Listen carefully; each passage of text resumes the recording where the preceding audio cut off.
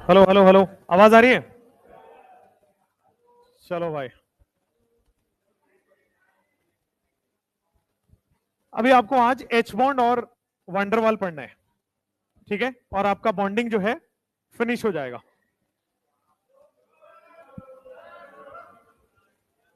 करोगे नौटंकी तुम लोग हमेशा मस्ती मजाक के मूड में रहते हो, है ना? सीरियसनेस नाम का कोई चीज नहीं है जिंदगी में।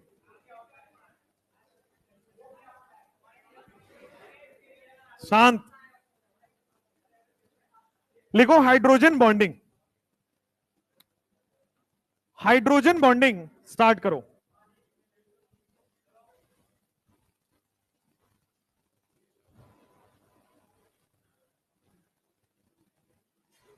हाइड्रोजन बॉन्डिंग, कल आपका टेस्ट है क्या? बहुत बढ़िया।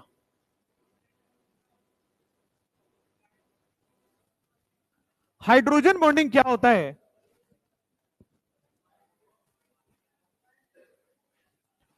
हाइड्रोजन बॉन्डिंग में देखो, अब एक एक करके छोटा सा कॉन्सेप्ट है, समझ लेना इसको डिटेल में, क्योंकि इसको ऑर्गेनिक में भी इसका एप्लीकेशन आएगा। देखिए, हाइड्रोजन बॉन्डिंग को पहले समझते हैं, फिर लिखना हाइड्रोजन बॉन्डिंग होता क्या है। हाइड्रोजन बॉन्डिंग बेसिकली एक कोवैलेंटली बॉन्डेड हाइड्रोजन की प्रॉपर्टी है।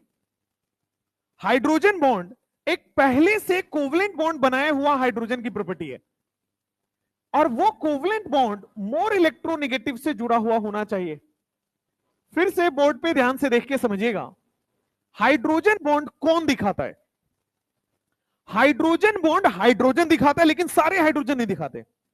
हाइड्रोजन बॉन्ड पहले से कोवलेंट बॉन्ड होना चाहिए, वैसा टाइप का हाइड्रोजन दिखाता है, और पहले से कोवलेंट बॉन्ड मोर इलेक्ट्रोनेगेटिव से होना चाहिए, इस टाइप का हाइड्रोजन जो है वो हाइड्रोजन बॉन्ड दिखाता है। शांत। हाइड्रोजन पहले से मोर इलेक्ट्रोनेगेटिव से कोवलेंट बॉन्ड है, तो क्या मोर इलेक्ट्रोनेगेटिव इलेक्ट्रॉन खींच लेगा डेल माइनस? यहां पे भी मोर इलेक्ट्रोनेगेटिव इलेक्ट्रॉन खींच लेगा, यहां पे भी मोर इलेक्ट्रोनेगेटिव इलेक्ट्रॉन खींच लेगा। क्या मोर इलेक्ट्रोनेगेटिव ने इलेक्ट्रॉन खींच लिया तो हाइड्रोजन पे आ गया डेल प्लस? हाइड्रोजन पे आ गया डेल प्लस। तो हाइड्रोजन पहले से कोवलेंटली बॉन्डेड है मोर इलेक्ट्रोनेगेटिव से, यानी कि हाइड्रोजन पहले से इलेक्ट्रॉन डेफिशिएंट है। मोर इलेक्ट्रोनेगेटिव से कोवलेंट बॉन्ड है तो मोर इलेक्ट्रोनेगेटिव इलेक्ट्रॉन खींच लेगा, हाइड्रोजन इलेक्ट्रॉन डेफिशिएंट हो गया। तो ये जो इलेक्ट्रॉन डेफिशिएंट हाइड्रोजन है, क्या ये अनस्टेबल हो जाएगा? अनस्टेबल हो जाएगा, तो इसको कहीं ना कहीं से स्टेबिलिटी के लिए इलेक्ट्रॉन चाहिए। तो क्या करता है, या तो वो सामने से F या O या N से इलेक्ट्रॉन पेयर ले लेता है। F या O या N से इलेक्ट्रॉन पेयर कोऑर्डिनेट बॉन्ड जैसा नहीं लेता है कि बस उसका इलेक्ट्रॉन पेयर, उसका इलेक्ट्रॉन डेंसिटी थोड़ा बहुत शेयर करता है, हल्का फुल्का इलेक्ट्रॉन डेंसिटी शेयर करता है। बेसिकली ये है क्या, बोर्ड पे ध्यान से देखेंगे कि हाइड्रोजन हो गया पॉजिटिव चार्ज, और FON चूंकि इसके पास लोन पेयर है तो ये हो गया नेगेटिव चार्ज। तो पॉजिटिव चार्ज और नेगेटिव चार्ज के बीच का अट्रैक्शन है। What is this H bonding? H bonding बहुत सिंपल है, पहले से कोवलेंट बॉन्ड हाइड्रोजन होना चाहिए, और पहले से कोवलेंट बॉन्ड हाइड्रोजन होगा तो इस हाइड्रोजन पे इलेक्ट्रॉन की कमी आएगी। ये अपनी कमी पूरी करने के लिए मोर इलेक्ट्रोनेगेटिव के साथ बेटा अट्रैक्शन करता है, और इसी अट्रैक्शन को हाइड्रोजन बॉन्ड बोला जाता है। हाइड्रोजन बॉन्ड क्या है? हाइड्रोजन बॉन्ड एक weak electrostatic force of attraction है। हाइड्रोजन बॉन्ड एक weak electrostatic force of attraction है। आपको दिख रहा होगा प्लस और माइनस के बीच में इलेक्ट्रोस्टैटिक फोर्स ऑफ अट्रैक्शन। तो hydrogen bond is a weak electrostatic force of attraction. अब weak electrostatic force of attraction between positively charge hydrogen and more electronegative atom like FON। अब आप कहोगे कि मोर इलेक्ट्रोनेगेटिव एटम क्यों, इससे क्यों अट्रैक्ट हो रहा है, कोई और से क्यों नहीं अट्रैक्ट हो रहा? क्योंकि देखो FON क्या स्मॉल साइज के एटम है, स्मॉल साइज के एटम है तो इस पे इलेक्ट्रॉन डेंसिटी ज्यादा होगा। भाई बड़ा साइज है तो इलेक्ट्रॉन डेंसिटी कम हो जाता है, छोटे साइज में इलेक्ट्रॉन डेंसिटी ज्यादा होता है। तो चूंकि इसका इलेक्ट्रॉन डेंसिटी ज्यादा है, यहां पे इलेक्ट्रॉन ज्यादा है, तो इसका अट्रैक्शन ज्यादा होगा, इसीलिए FON के साथ करता है। तो व्हाट इज H बॉन्डिंग समझ में आई? H bonding is a weak electrostatic force of attraction between positively charged hydrogen and more electronegative atom. Positive charge hydrogen क्यों आया? क्योंकि ये मोर इलेक्ट्रोनेगेटिव से बॉन्ड बना रहा है। मोर इलेक्ट्रोनेगेटिव से बॉन्ड आ रहा है, डेल प्लस आएगा और ये डेल प्लस जो है FON से अट्रैक्ट हो जाएगा और इस तरह से बेटा हाइड्रोजन बॉन्ड बन जाएगा। तो हाइड्रोजन बॉन्ड की सबसे पहली डेफिनेशन यही आई कि H बॉन्ड या hydrogen bond is week electrostatic force of attraction. लिख लो साथ में, hydrogen bond is weak electrostatic force of attraction between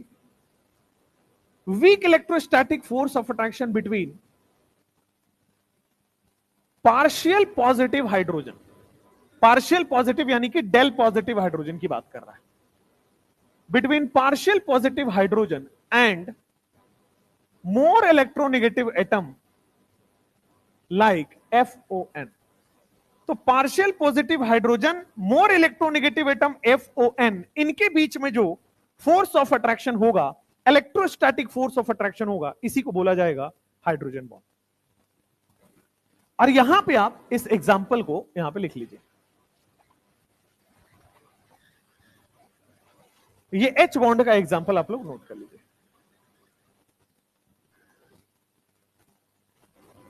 तो पहली चीज H बॉन्ड के बारे में आपको पता लग गई कि ये weak electrostatic force of attraction है बिटवीन कोवेलेंट बॉन्डेड हाइड्रोजन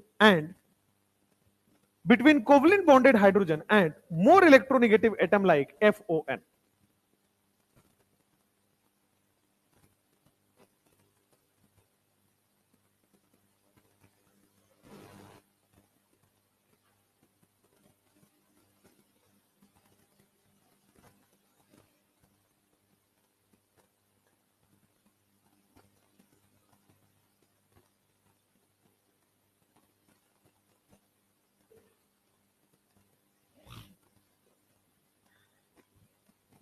ये आपके पास H बॉन्डिंग आ गया है, ये डेल माइनस आएगा, यहां पे डेल माइनस छूट गया यहां पे।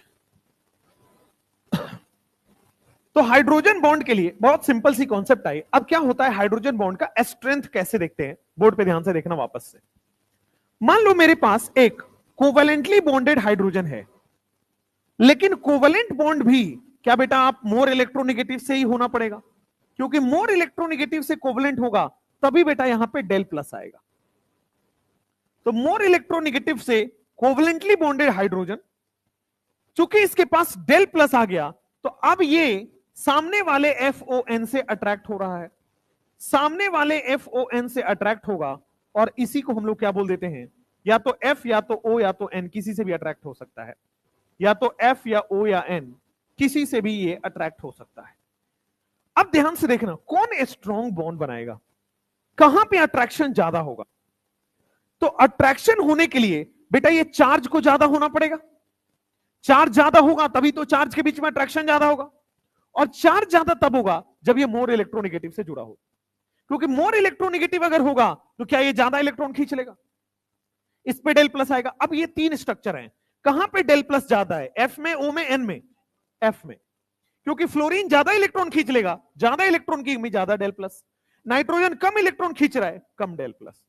तो यहां पे बेटा F में चार्ज ज्यादा है, तो सबसे पहले जो आप देखते हो कि H बॉन्ड स्ट्रॉन्ग कब हो, कैसे देखना है, तो strength of H bond depend करता है, strength of H bond directly proportional to electronegativity of covalently bonded atom.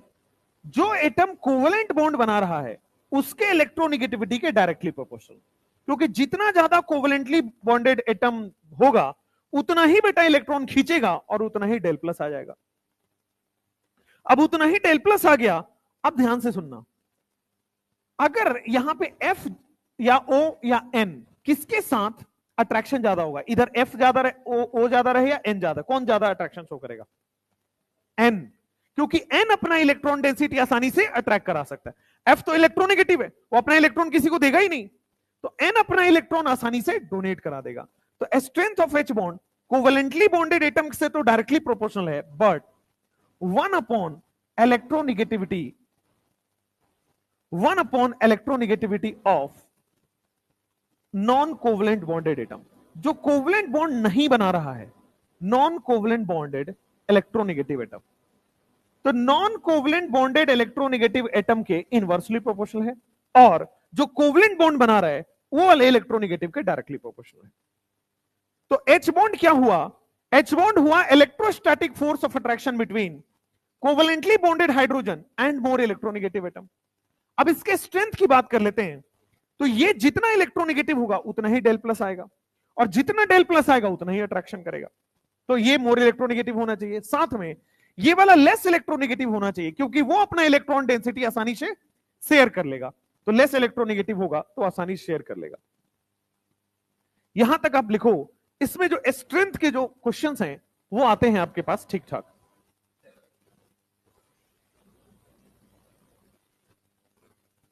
Compare strength of H bond.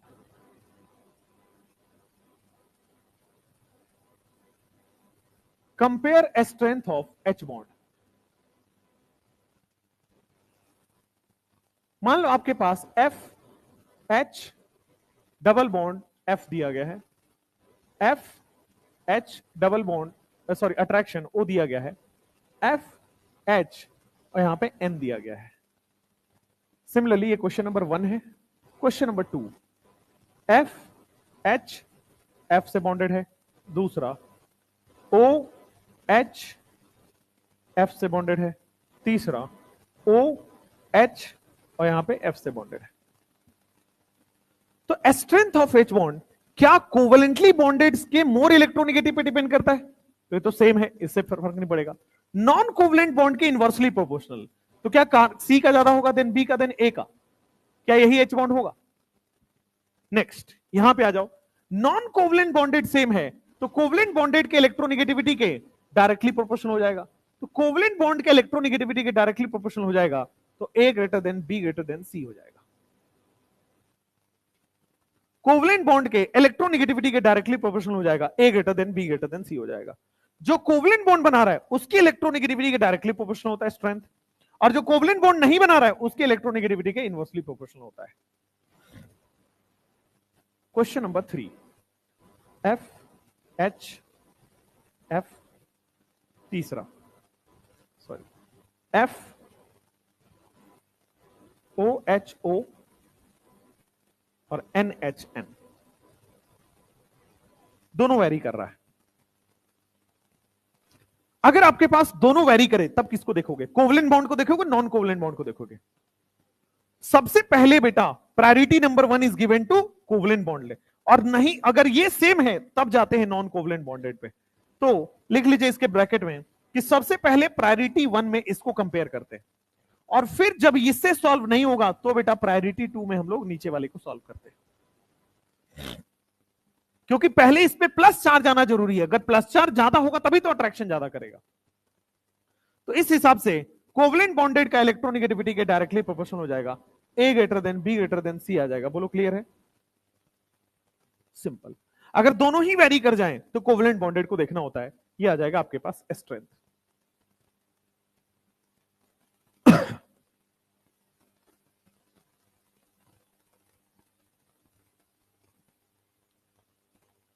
Next class में कोऑर्डिनेशन कंपाउंड स्टार्ट होगा।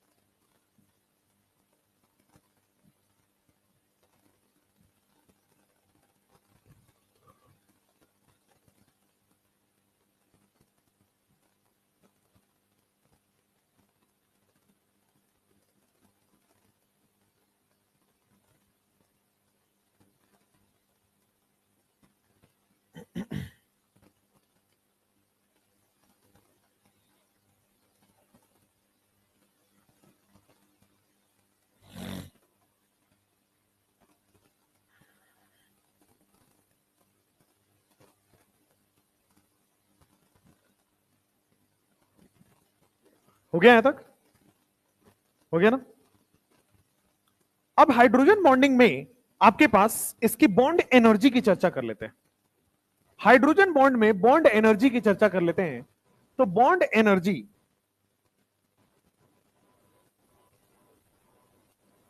हाइड्रोजन बॉन्ड में बॉन्ड एनर्जी की चर्चा करते हैं। Bond energy कैसे होगा जरा देख, बोर्ड पे देखते हैं। तो आपका जो बॉन्ड होता है वो दो तरीके में क्लासिफाई होता है। बॉन्ड दो तरीके में क्लासिफाई होता है। सबसे पहले वाले को हम लोगों ने ऑलरेडी पढ़ा हुआ है फर्स्ट लेक्चर में, स्ट्रॉन्ग बॉन्ड बोलते हैं, या फिर इसी को हम लोग बोलते थे प्राइमरी बॉन्ड। और प्राइमरी बॉन्ड के अंदर हम लोगों ने पढ़ा था ionic bond, covalent bond, coordinate bond, metallic bond. Ionic, covalent, coordinate और मेटालिक। तो ये हमने वहां पे पढ़ा हुआ था किसमें? स्ट्रॉन्ग बॉन्ड के केसेस में। बट आपके पास दूसरा जो कैटेगरी था वो था वीक बॉन्ड। और वीक बॉन्ड में हमने पढ़ा था सेकेंडरी बॉन्ड। और सेकेंडरी बॉन्ड में हमने दो तरह के बॉन्डेड आपको पढ़े, दो तरह के बॉन्डेड एटम्स की बात की थी। पहला आपके पास था एच बॉन्ड और दूसरा आपके पास था वंडरवाल फोर्स,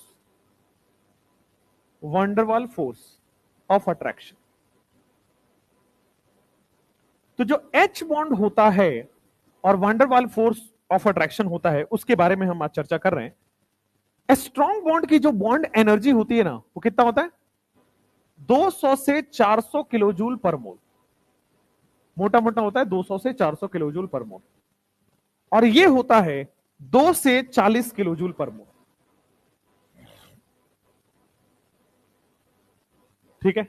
जो हाइड्रोजन बॉन्ड है उसका एनर्जी होता है 8 से 40 किलो जूल पर मोल।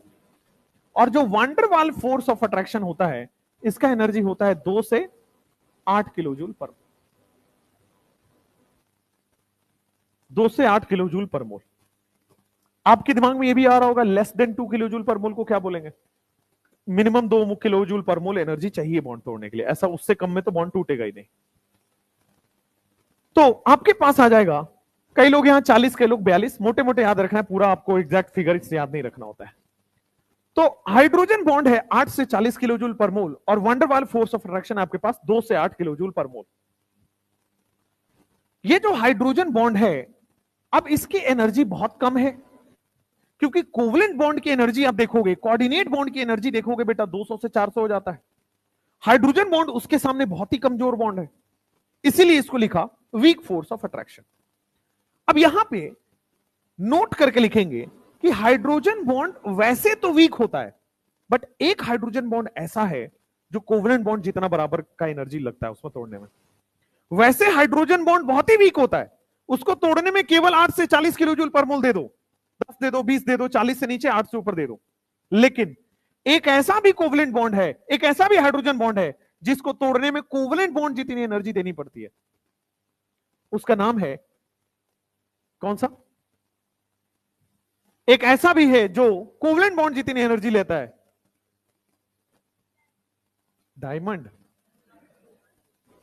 देखो ध्यान से, एचएफ बॉन्ड है, zigzag structure of HF bond आपने सुना होगा, ठीक है ना? Zigzag structure of HF bond, उसमें एच बॉन्ड होता है, इतना स्ट्रांग होता है कि कोवलेंट बॉन्ड जितना स्ट्रांग हो जाता है। उसको तोड़ने में 180 किलो जूल पर मोल एनर्जी लगती है, मतलब almost equal to covalent bond. लिखो कि hydrogen bond is a weak bond, but hydrogen bond is weak bond. Hydrogen bond आपका वीक बॉन्ड होता है, but it takes but some, या फिर बट लिखो HF2 या HF लिख लो, but HF has bond energy equal to covalent bond. जो HF में H बॉन्ड होगा उसका बॉन्ड एनर्जी जो होगा it is equal to covalent bond. HF का बॉन्ड एनर्जी जो है वो कोवलेंट बॉन्ड के इक्वल हो जाएगा। उसके दो तीन रीजन है।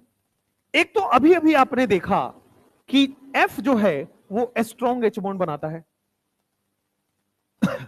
अभी अभी आपने देखा F जो है वो स्ट्रॉन्ग एच बॉन्ड आपको बना के देगा, और साथ में एक बहुत अच्छा पैटर्न में इसका एच बॉन्ड होता है।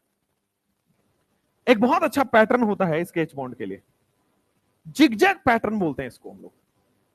ये जिगजैग पैटर्न में एच बॉन्ड शो करता है, तो इसके एच पे डेल प्लस आया, सामने वाले एफ से अट्रैक्शन कर लेगा। इस पे इसके एच पे डेल प्लस आया, सामने वाले एफ से अट्रैक्शन कर लेगा। इसके एच पे डेल प्लस आया, सामने वाले से अट्रैक्शन कर लेगा। तो इस तरह से बेटा एच एफ बॉन्ड बनाता है जिगजैग स्ट्रक्चर। जो दूसरा एच एफ मोलिक्यूल है वो भी सेम टाइप का एच बॉन्ड शो कर लेगा। तो जिगजैग पैटर्न है और साथ में बेटा देखोगे जिगजैग पैटर्न है, और साथ में आपके पास कुछ इस तरह से पैकिंग भी इसकी बहुत अच्छी हो जाती है। एचएफ एक तो बहुत स्ट्रॉन्ग बॉन्ड बना ही रहा है, साथ में 2-3 एचएफ के मॉलिक्यूल, इसकी पैकिंग बहुत अच्छी होगी। आपने वो पढ़ा होगा ट्रांस की बॉइलिंग पॉइंट ज्यादा होता है बिकॉज पैकिंग अच्छी होती है उसकी।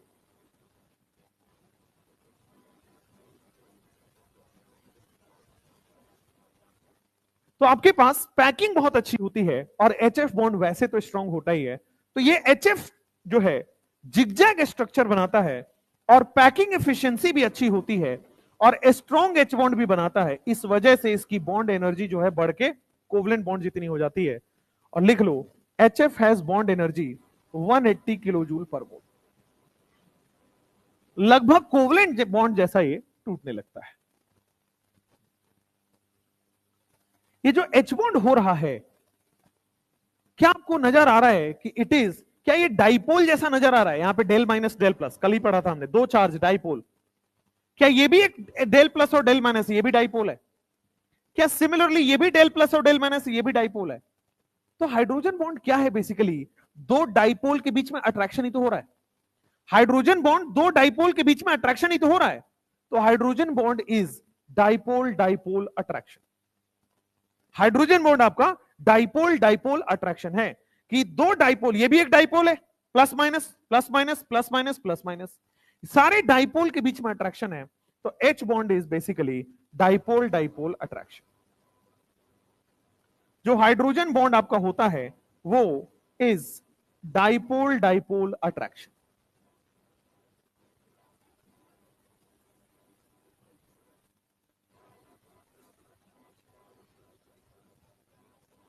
Hydrogen bond dipole dipole attraction होता है, या फिर और आयन डाइपोल अट्रैक्शन। अभी आयन वाला करा रहा हूं, लिख लीजिए, लेकिन आयन डाइपोल वाला भी मैं कराने वाला हूं।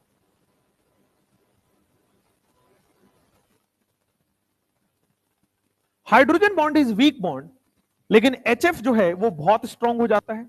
180 किलो जूल पर मोल उसमें एनर्जी लग जाती है। क्योंकि दो रीजन है, एक तो स्ट्रांग बॉन्ड बना ही रहा है, साथ में बेटा इसकी पैकिंग बहुत अच्छी है, जिसको तोड़ना बहुत मुश्किल हो जाता है। दूसरा, एच बॉन्ड जो है आपको दिख रहा होगा, दो डाइपोल के बीच का अट्रैक्शन को ही हम लोग एच बॉन्ड कहते हैं।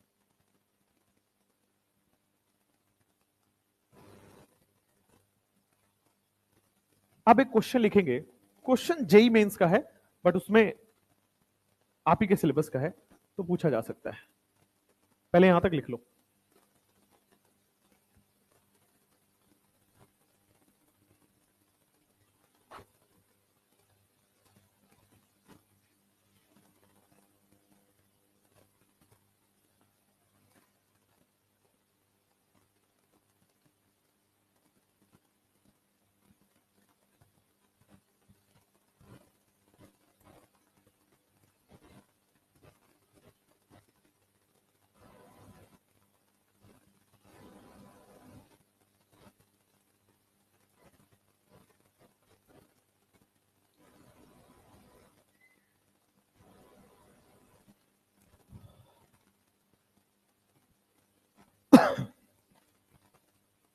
क्वेश्चन ये है कि which of the following compound exists. हो गया यहां तक? Which of the following compound exists. आपके पास एच बॉन्ड का क्वेश्चन आएगा, थोड़ा डिफरेंट टाइप का आता है।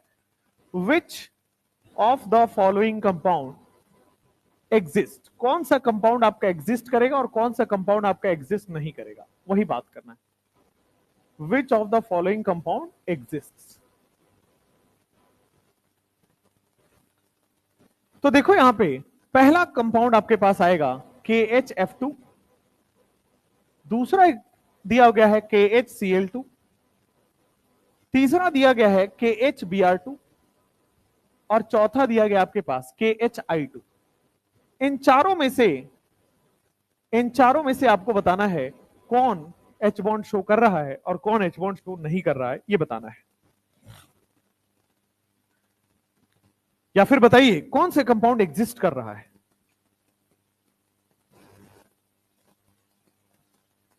जब आप इसको थोड़ा सा ब्रेक करके लिखोगे इस कंपाउंड को, तो देखो क्या यहां पे HF2 माइनस दिख रहा होगा, यहां पे बेटा HCl2 माइनस दिख रहा होगा, यहां पे तोड़ के देखोगे तो HBr2 माइनस दिख रहा होगा, और यहां पे तोड़ के देखोगे तो क्या HI2 माइनस दिख रहा है। थोड़ा सा और इसके बारे में सोचो, तो HF2 माइनस को क्या हम ऐसे लिख सकते हैं कि HF प्लस F माइनस लिख सकते हैं ना। इसको क्या हम लोग HCl प्लस Cl माइनस लिख सकते हैं, क्या हम लोग इसको HBr प्लस Br माइनस लिख सकते हैं, और यहां पे देखोगे HI प्लस I माइनस लिख सकते हैं। अब जैसे ही मैंने ये दिखा, अब आपको आंसर चमकना चाहिए। क्या बेटा पहले से कोवेलेंटली बॉन्डेड हाइड्रोजन है और सामने मोर इलेक्ट्रोनेगेटिव है, तो यहां पे बेटे H बॉन्ड होगा, लेकिन बाद बाकी किसी में भी H बॉन्ड नहीं होगा। इन सब में नो H बॉन्ड, ऊपर वाले में H बॉन्ड होगा, नीचे वाले में H बॉन्ड नहीं होगा, और अगर H बॉन्ड होगा तो वो एग्जिस्ट करेगा, केवल ये कंपाउंड एग्जिस्ट करेगा, बाकी एग्जिस्ट नहीं करेगा। ये वही है, HF वाला है। HF2 माइनस में भी क्या हुआ, ध्यान से देखिएगा, HF है, सामने बेटा ये F माइनस पड़ा हुआ है, या फिर आप ऐसे बता दीजिए इसका F माइनस सामने पड़ा हुआ है, ठीक है। तो HF बॉन्ड भी बहुत स्ट्रांग होता ही है, और सामने अगर F माइनस पड़ा हो तो और अच्छा H बॉन्ड शो करता है। तो यहां पे आ जाएगा डेल प्लस, यहां पे आ जाएगा डेल माइनस, सिंपल कहानी। F माइनस जो है वो इंटरेक्शन करेगा, H बॉन्ड करेगा।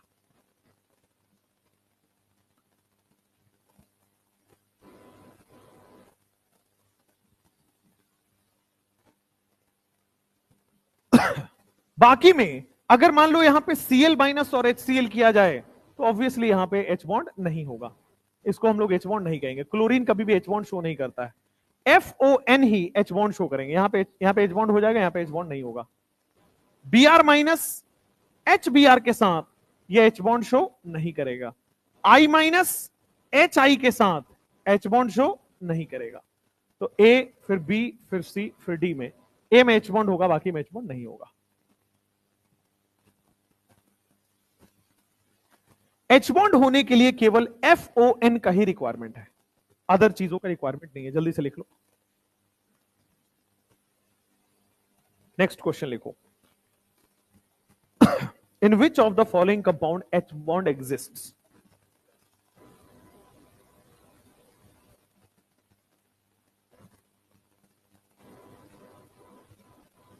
या लिखो which of the following compound shows H bond?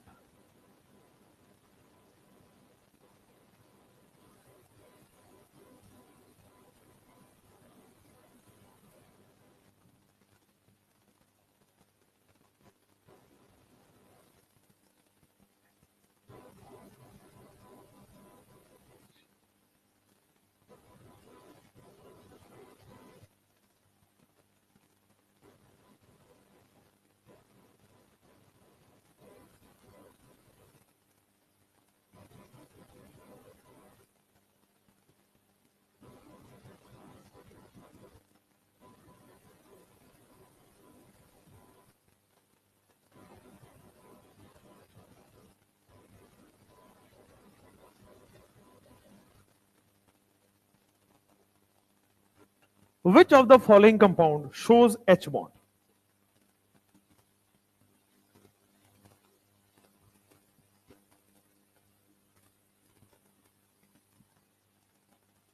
तो अब देखो पहले वाले कंपाउंड में कार्बन हाइड्रोजन मोर इलेक्ट्रोनेगेटिव से नहीं जुड़ा है, H बॉन्ड शो नहीं करेगा।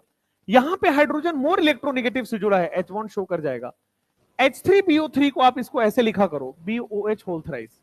यहां भी H बॉन्ड मोर इलेक्ट्रोनेगेटिव से जुड़ गया, यहां भी मोर इलेक्ट्रोनेगेटिव से जुड़ गया, यहां भी मोर इलेक्ट्रोनेगेटिव से जुड़ गया, बट ये H यहां पे हाइड्रोजन है बट मोर इलेक्ट्रोनेगेटिव से नहीं जुड़ा है।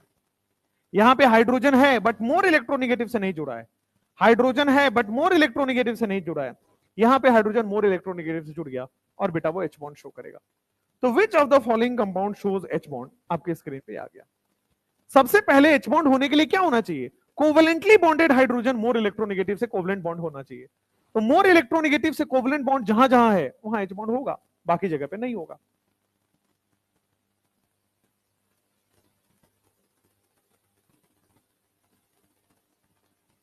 Covalently bonded hydrogen more electronegative से अगर होगा, FON से कोवेलेंटली बॉन्डेड हाइड्रोजन होगा तो H बॉन्ड शो कर जाएगा, एल्स नहीं कर पाएगा।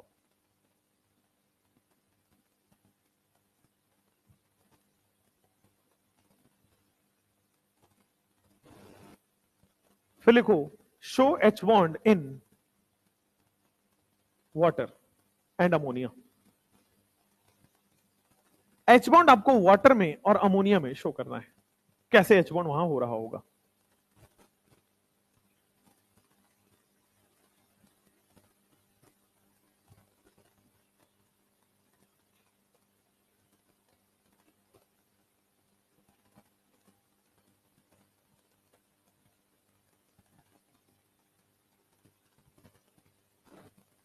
ये हो गया, show H bond in water, show H bond in water, water में कितने H बॉन्ड हो रहे हैं एंड अमोनिया में कितने H बॉन्ड हो रहे हैं ये आपको दिखाना है। Show H bond in water and ammonia. तो देखो वाटर का जब आप केस बनाओगे, वाटर का केस थोड़ा स्पेशल है। एक वाटर जो है वो 4 H बॉन्ड बनाता है, बोर्ड पे ध्यान से देखिएगा। ये आपके पास वाटर मॉलिक्यूल दिख गया होगा, एक वाटर मॉलिक्यूल मैंने आपको यहां पे बना दिया है। अब देखो क्या हाइड्रोजन कोवेलेंटली बॉन्डेड है, बिल्कुल, तो ये H बॉन्ड शो कर सकता है, बिल्कुल। अगर इसके सामने FON अगर मिल जाए तो देखो इसके सामने FON मिल गया है, क्या यहां पे H बॉन्ड अट्रैक्शन हो रहा होगा, इस अट्रैक्शन को H बॉन्ड बोलेंगे। भाई कोवेलेंटली बॉन्डेड हाइड्रोजन है मोर इलेक्ट्रोनेगेटिव से और सामने FON पड़ा हुआ है, H बॉन्ड होगा।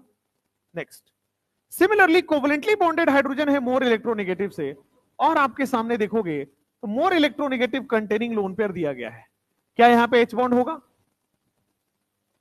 बिल्कुल होगा। नेक्स्ट, ऊपर चले जाओ, आपके पास OH और H आएगा। मान लो कोई और वाटर मॉलिक्यूल है, क्या इसके पास कोवेलेंटली बॉन्डेड हाइड्रोजन है और सामने बेटा OH और H पड़ा हुआ है, कोवेलेंट बॉन्ड आ गया, मतलब H बॉन्ड आ गया। सिमिलरली एक और वाटर मॉलिक्यूल, इसके लोन पेयर से ऑक्सीजन वाले से H जो है वो H बॉन्ड शो करेगा। तो कितने H बॉन्ड आ रहे हैं, तो बेटा आपके पास एक वाटर मॉलिक्यूल 4 H बॉन्ड बना रहा है, एक वाटर मॉलिक्यूल जो है वो 4 H बॉन्ड क्रिएट हो रहा है, 2 हाइड्रोजन की वजह से और 2 लोन पेयर की वजह से। और ये एक्सपेरिमेंटल आपको पता चलता है कि कौन कितने H बॉन्ड शो करेगा, तो ये याद करना पड़ेगा कि एक water molecule 4 H bond show करता है। नोट, अब जब वाटर आपको मिलता है ना नेचर में जो वाटर आपको मिलता है, डिस्टिल्ड वाटर की मैं बात कर रहा हूं, वो वाटर को जब आप मेजर करते हो तो वाटर का मोलिकुलर वेट कितना होता है, 18 होता है। बट अब जब आप वाटर को मेजर करते हो तो 90 ग्राम मिलता है, ऐसा क्यों, एक वाटर मोलिक्यूल 90 ग्राम मेजर होता है। जब आप उसको वेट करते हो तो आप लोग पढ़ते हो ना मूल कॉन्सेप्ट में कि 18 ग्राम मोलिकुलर वेट है, बट वाटर मोलिक्यूल 90 ग्राम आता है वेइंग स्केल पे। रीजन उसका यही है कि एक वाटर मोलिक्यूल 4 और वाटर मोलिक्यूल के पास में रहता है, मतलब एक वाटर मोलिक्यूल आपको नहीं मिलेगा, वाटर मोलिक्यूल आपको 5 मिलेगा, तो 18 इंटू 5 कितना हो गया, 90। तो 1 वाटर मोलिक्यूल को जो आप वे करते हो तो 90 ग्राम आता है। Reason, 1 water molecule is associated with 4 other water molecule by H bond.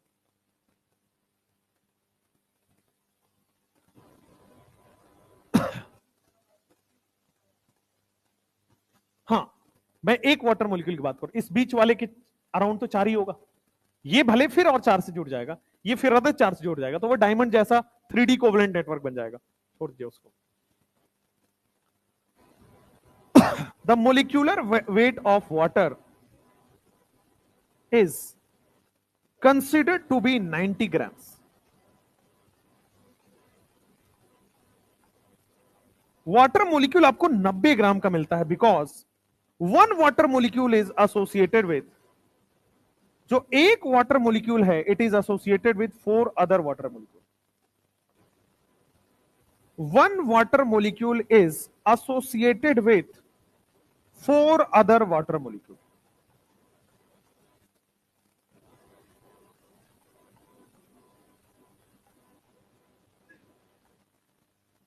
एक वाटर मॉलिक्यूल जो है वो 4 अदर वाटर मॉलिक्यूल से एसोसिएट रहता है, इसलिए जब आप इसका मेजर करोगे तो आपके पास 90 ग्राम्स आ जाता है।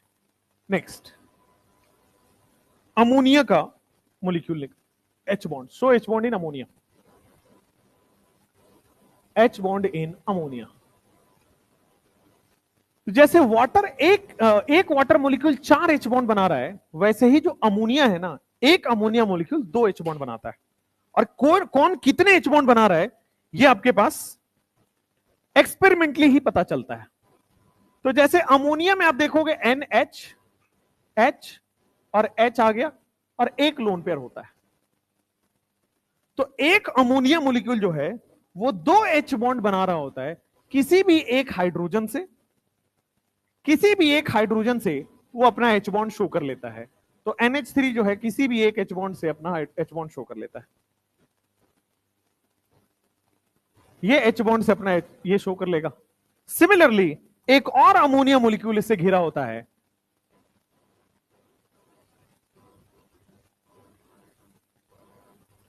तो यहां पे एच बॉन्ड दिख रहा होगा।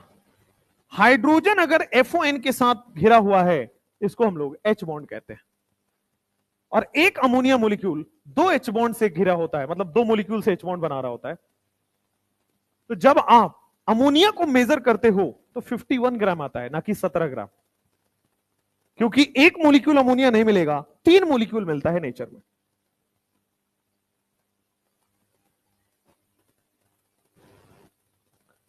The molecular weight of ammonia is 51 gram.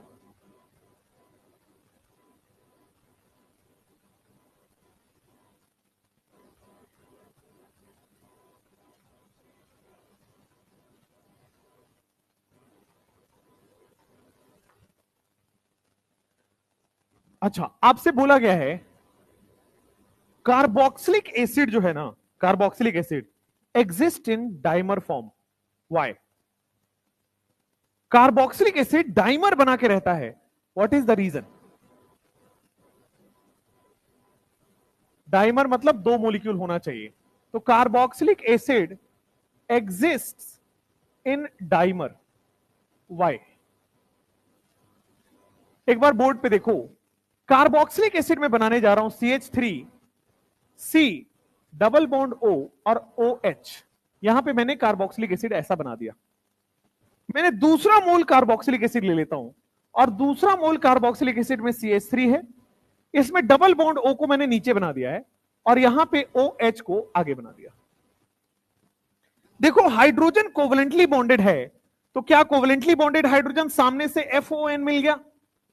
Covalently bonded hydrogen सामने से FON मिल गया, तो क्या ये H बॉन्ड बना लेगा?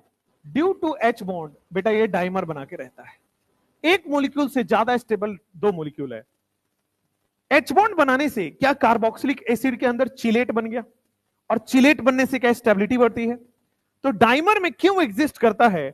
H बॉन्ड के वजह से बेटा चिलेट बन गया और चिलेट से बेटा स्टेबिलिटी बढ़ गई। इसका भी मोलिक्यूलर वेट जो है एक मॉलिक्यूल का नहीं मिलेगा, 2 मॉलिक्यूल का मिलेगा, क्योंकि ये एक नहीं एग्जिस्ट करता है, डबल डाइमर बना के एग्जिस्ट करता है। इसका शायद 60 ग्राम आता है, एक का कंसीडर करोगे तो 30 आता है, तो दूसरा करोगे 60 आ जाएगा।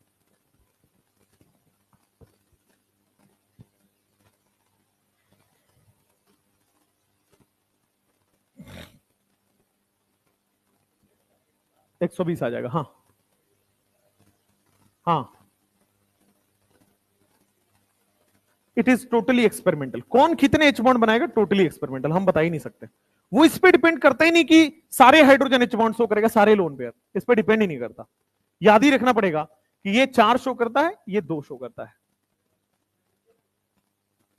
लीनियर टाइप का, एक ऊपर की तरफ से एक नीचे की तरफ से, ताकि रिपल्सन ना हो।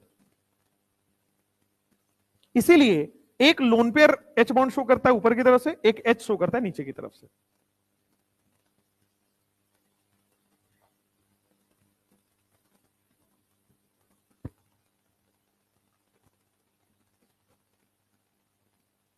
तो अभी तक आपको एच बॉन्ड के बारे में इतना समझ आ गया है कि हाइड्रोजन पहले से कोवलेंटली बॉन्डेड होना चाहिए ताकि उस पर डेल प्लस आ पाए, और फिर वो किसी न किसी FON के सामने हो तो फिर वो एच बॉन्ड शो कर जाता है। तो this is your H bond की कहानी। अभी इसमें दो टाइप के एच बॉन्ड होते हैं, टाइप्स ऑफ एच बॉन्ड। एक होता है इंटरमोलिक्यूलर, दूसरा होता है इंट्रामोलिक्यूलर। अभी उन दोनों की पढ़ाई करनी है। यहां हो गया यहां तक? लिख लो भाई, लिख लो।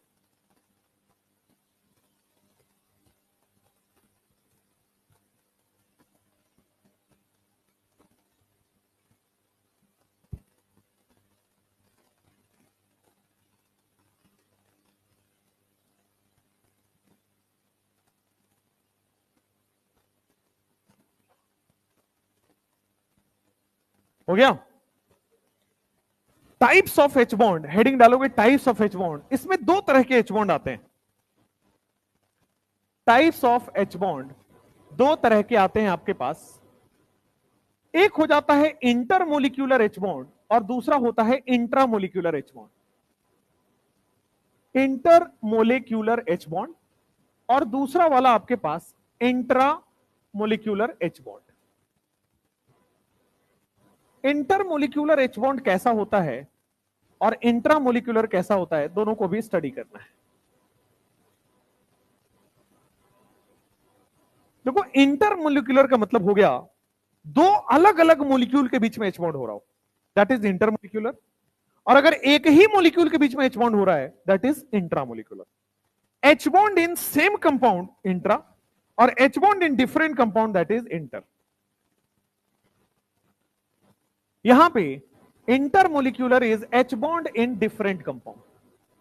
दो अलग अलग कंपाउंड के बीच में, जैसे अभी हम HF का कर रहे थे, तो दो अलग अलग HF के बीच में एच बॉन्ड हो रहा था। H2O का कर रहे थे, दो अलग अलग H2O के बीच में एच बॉन्ड हो रहा था। अमोनिया में भी दो अलग अलग अमोनिया के बीच में एच बॉन्ड हो रहा है, उसको हम लोग इंटरमोलिक्यूलर कह देंगे। इंट्रामोलिक्यूलर में आ जाएगा H bond in same molecule.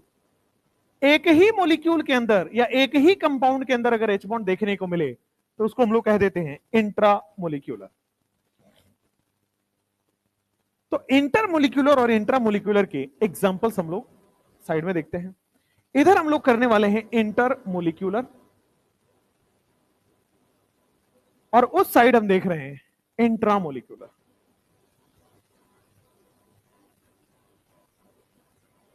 सबसे पहले आप देखो इंट्रामोलिक्यूलर की बात करते हैं। बहुत फेमस एग्जांपल है, ऑर्गेनिक में भी इनऑर्गेनिक में भी। मान लो यहां पे बेटा हमने डाल दिया है OH और यहां पे हमने लगा दिया है नाइट्रो, ऑर्थो नाइट्रोफिनॉल इसको हम लोग बोलते हैं। क्या पहले से ध्यान दो कोवलेंटली बॉन्डेड हाइड्रोजन दिख रहा है? तो इस हाइड्रोजन पे डेल प्लस आ चुका होगा। ये किसी मोर इलेक्ट्रोनेगेटिव एटम की तलाश में है और वो भी इसको अपने ही मॉलिक्यूल में दिख गया। तो अगर मोर इलेक्ट्रोनेगेटिव अपने ही मॉलिक्यूल में दिख गया तो क्या एच बॉन्ड बना लेगा? एच बॉन्ड इसलिए बना रहा है क्योंकि एच बॉन्ड बना के 1 2 3 4 5 6 क्या 6 मेंबर रिंग बन रहा है। तो एच बॉन्ड बना के अगर 5 या 6 मेंबर रिंग बन रहा होता है तभी एच बॉन्ड बनता है, हर जगह नहीं। ऑर्थोनाइट्रोफिनॉल में एच बॉन्ड इसलिए हुआ क्योंकि एच बॉन्ड बनने से जो रिंग बन रहा है क्या वो 6 मेंबर रिंग बन रहा है, और 6 मेंबर रिंग स्टेबल होता है और इसलिए बेटा यहां पे एच बॉन्ड होगा। लेकिन अगर मैं यही कहानी मेटा नाइट्रोफिनॉल के साथ करता हूं मान लो, तो मेटा नाइट्रोफिनॉल में OH बना दिया, यहां पे जाओगे N, coordinate bond O, double bond O, होने को एच बॉन्ड हो जाएगा, लेकिन कितने मेंबर की रिंग बन रहा है? 1 2 3 4 5 6 7, 7 मेंबर की रिंग बेटा नहीं बनती है। तो 7 मेंबर रिंग बेटा अनस्टेबल होता है और अनस्टेबल रिंग कभी नहीं बनेगा। एच बॉन्ड से स्टेबिलिटी बढ़नी चाहिए, घटनी नहीं चाहिए। तो एच बॉन्ड से अनस्टेबल हो रहा है तो इंट्रामोलिक्यूलर एच बॉन्ड नहीं होगा यहां पे। तो इंट्रामोलिक्यूलर नहीं हुआ तो क्या होगा?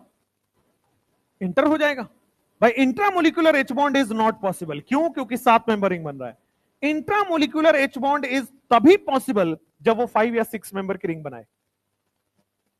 ये 7 मेंबर में कभी भी इंट्रामोलिकुलर नहीं हुआ, तो कैसे होगा? अब ऑर्थो नाइट्रोफिनॉल का एच बॉन्ड दिखा, सॉरी मेटा नाइट्रोफिनॉल का एच बॉन्ड दिखाते हैं। तो मैंने क्या किया, यहां पे OH ऐसे बना दिया और यहां पे हमने नाइट्रो बना दिया, NO2 सॉरी मेटा पे। दूसरा वाला मोलिक्यूल लिया ऑर्थो नाइट्रोफिनॉल का, दूसरा मोलिक्यूल लिया OH और फिर आपके सामने यहां पे NO2 लगा दिया। तो ऑर्थो नाइट्रोफिनॉल तो एच बॉन्ड दिखा रहा है, मेटा नाइट्रोफिनॉल एच बॉन्ड नहीं दिखा रहा है क्योंकि 7 मेंबर रिंग हो रहा है, और मेटा नाइट्रोफिनॉल में इंटरमोलिकुलर एच बॉन्ड होता है। पहले वाला H दूसरे वाले ऑक्सीजन से जाके मिल गया और एच बॉन्ड हो गया। तो यहां पे जो बना है intermolecular H bond is possible. Intermolecular H bond is possible कहां पे? मेटा और पैरा में। इज पॉसिबल इन मेटा या पैरा नाइट्रोफिनॉल। मेटा में जब नहीं बनेगा तो पैरा में तो और दूर हो गया, और नहीं बनेगा, मेटा या पैरा नाइट्रोफिनॉल। ऑर्थो वाले में क्योंकि 6 मेंबर रिंग बन रहा था, तो 6 मेंबर रिंग अलाउड होता है, एच बॉन्ड बन सकता है। तो इंट्रामोलिकुलर एच बॉन्ड तभी बनेगा जब 6 मेंबर या 5 मेंबर के रिंग बने, एल्स उसके अलावा नहीं बनता है। ओनली 5 या 6 member ring is allowed in intramolecular H bond. इसके ऊपर वाला कभी भी नहीं बनेगा, ना इसके नीचे वाला बनेगा।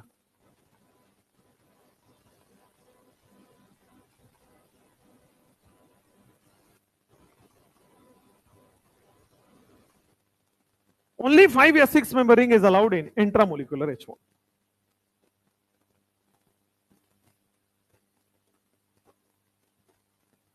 आप इंटरमोलिकुलर की बात करिए, इंटरमोलिकुलर तो बहुत सारे हैं, सारे जितने अभी तक पढ़े वो सब इंटरमोलिकुलर ही तो थे। मान लो अमोनिया और वाटर, अमोनिया में आपके पास NH और H है, वाटर में आपके सामने OH और H है। क्या हाइड्रोजन कोवलेंटली बॉन्डेड है और सामने सामने FON दिख जाए तो क्या H बॉन्ड शो करेगा? ये इंटरमोलिकुलर हो गया। मान लो आपने HF मोलिक्यूल लिया और यहां पे आपके सामने NH3 मोलिक्यूल ले रखा है, क्या हाइड्रोजन कोवलेंटली बॉन्डेड है और सामने FON दिख गया तो क्या आपके पास इंटरमोलिकुलर हो गया? नेक्स्ट,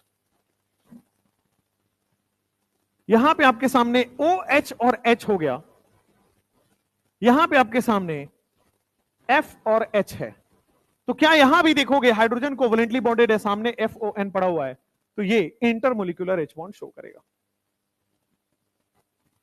अगर दो अलग अलग मोलिक्यूल हैं, उनके बीच में H बॉन्ड हो रहा है, तो वो सारे के सारे इंटरमोलिकुलर है। सेम मोलिक्यूल में अगर 5 या 6 मेंबर रिंग बन रहा है तो इट इज इंट्रामोलिकुलर। और सेम मोलिक्यूल में इंट्रामोलिकुलर तभी होगा जब 5 या 6 मेंबर बन रहा है, एल्स नहीं होगा, एल्स वो इंटर ही चलेगा।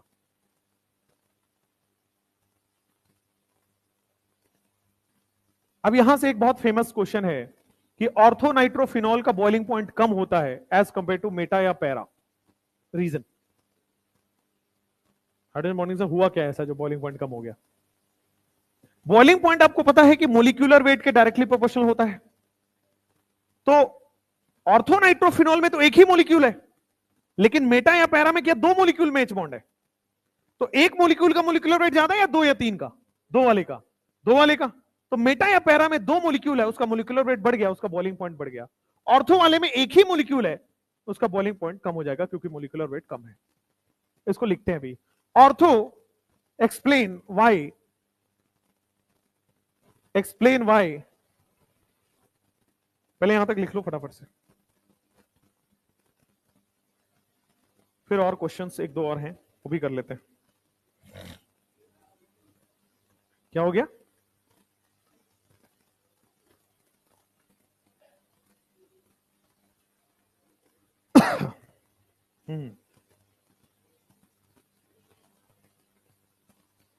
उसके बाद इसके कुछ एप्लीकेशन है,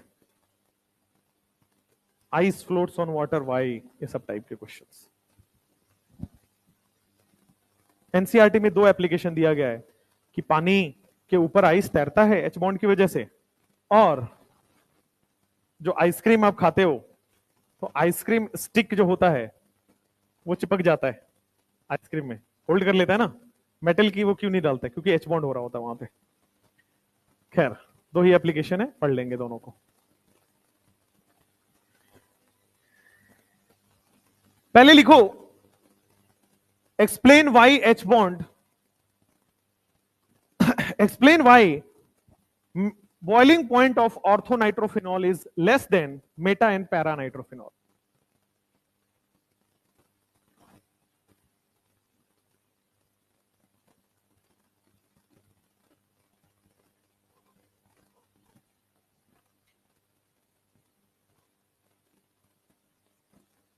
क्या क्वेश्चन लिखता हूं, हो गया नहीं तो explain why boiling point of orthonitrophenol, ये बहुत बार आपको क्वेश्चन मिलेगा आपको पेपर में और नीट में भी। Explain why boiling point of orthonitrophenol is less than Meta या पैरा नाइट्रोफिनॉल। मेटा या पैरा नाइट्रोफिनॉल से क्यों इनका बॉइलिंग पॉइंट कम हो जाएगा, एक्सप्लेन करिए। तो boiling point of ortho nitrophenol, Meta या पैरा नाइट्रोफिनॉल, आ जाओ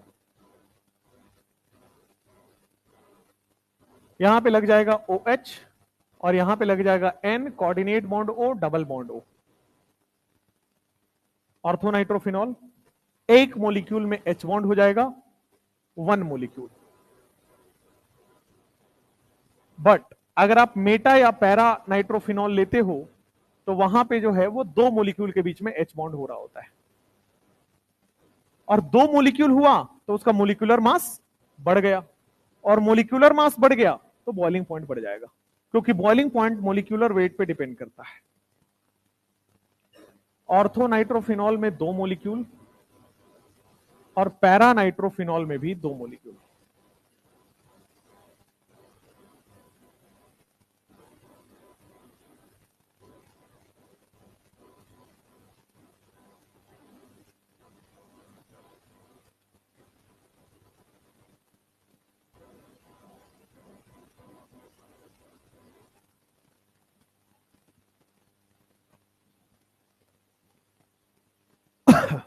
वन मोलिक्यूल की वजह से लेस मोलिक्यूलर वेट, और दो मोलिक्यूल की वजह से मोर मोलिक्यूलर वेट।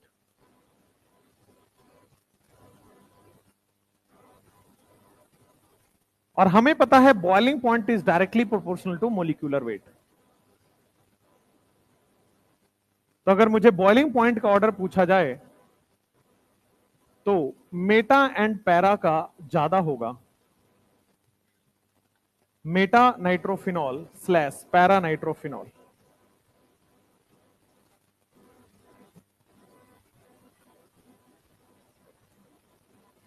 मेटा नाइट्रोफिनॉल और पैरा नाइट्रोफिनॉल ये ज्यादा होगा as compare to ortho nitrophenol.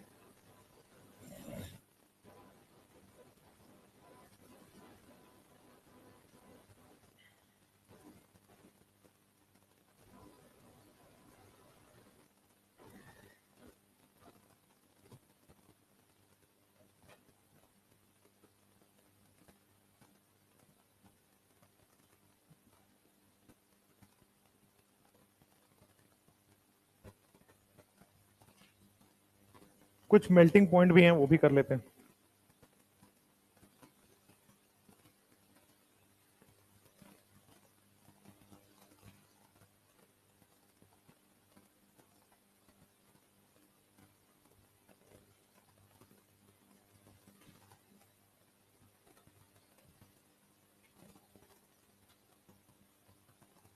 हम्म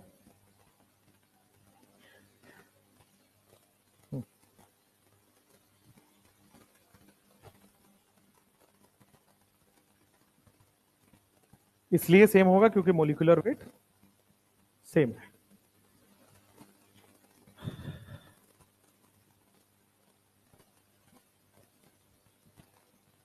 इसी में एक नोट बना के लिखेंगे, note ice floats on water.